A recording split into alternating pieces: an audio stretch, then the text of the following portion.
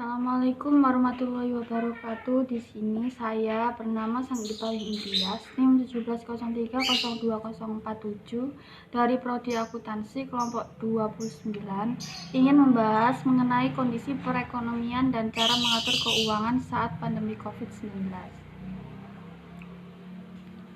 Apa sih coronavirus atau COVID-19? Jadi, coronavirus merupakan keluarga besar virus yang menyebabkan penyakit pada manusia dan hewan. Pada manusia biasanya menyebabkan penyakit infeksi saluran pernafasan, mulai flu biasa hingga penyakit yang serius seperti MERS dan SARS.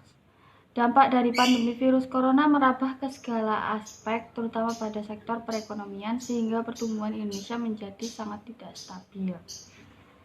Lalu selanjutnya berikut peta penyebaran COVID-19 di Gresik. Jadi di Gresik itu sudah memasuki zona merah, kecuali Tambak yang masih zona hijau. Ini diambil pada tanggal 8 Agustus, sumbernya berasal dari Satgas COVID-19 Gresik kabupaten.go.id. Lalu selanjutnya, apa sih dampak coronavirus? Yang pertama, mengakibatkan PHK di kalangan pekerjaan. Yang kedua, UMKM mengalami penurunan pendapatan penjualan.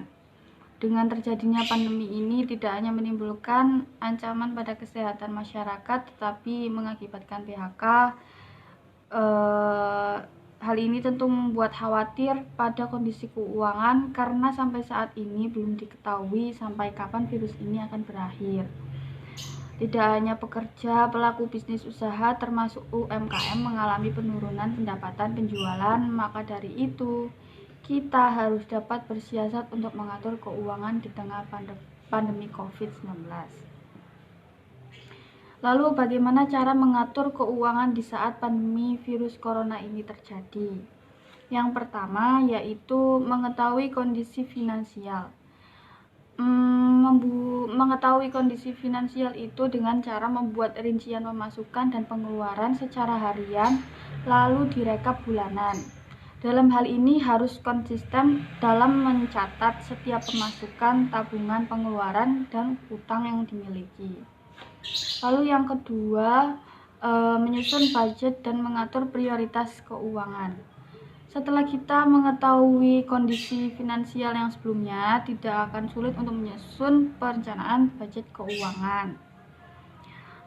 Selama pandemi COVID-19, penyusunan budget keuangan dapat dilakukan dengan penyesuaian terhadap besaran penghasilan selama pandemi. Setelah itu dapat menyusun pos prioritas keuangan untuk kebutuhan hidup, seperti kebutuhan makan sehari-hari, membayar hutang, serta membayar tagihan bulanan listrik, air, atau biaya sewa tempat tinggal. Usahakan tidak mengeluarkan isi dompet untuk pengeluaran yang kurang penting. Jadi untuk pengeluaran yang wajib aja tiap bulan, yang sisanya dihemat-hemat. Lalu yang selanjutnya, yang ketiga, dana darurat. Dana darurat merupakan simpanan yang dapat digunakan pada kondisi darurat atau mendesak. Hal yang satu ini menjadi pembahasan hangat akhir-akhir ini, seperti dana darurat merupakan simpanan yang dapat digunakan pada kondisi darurat atau mendesak.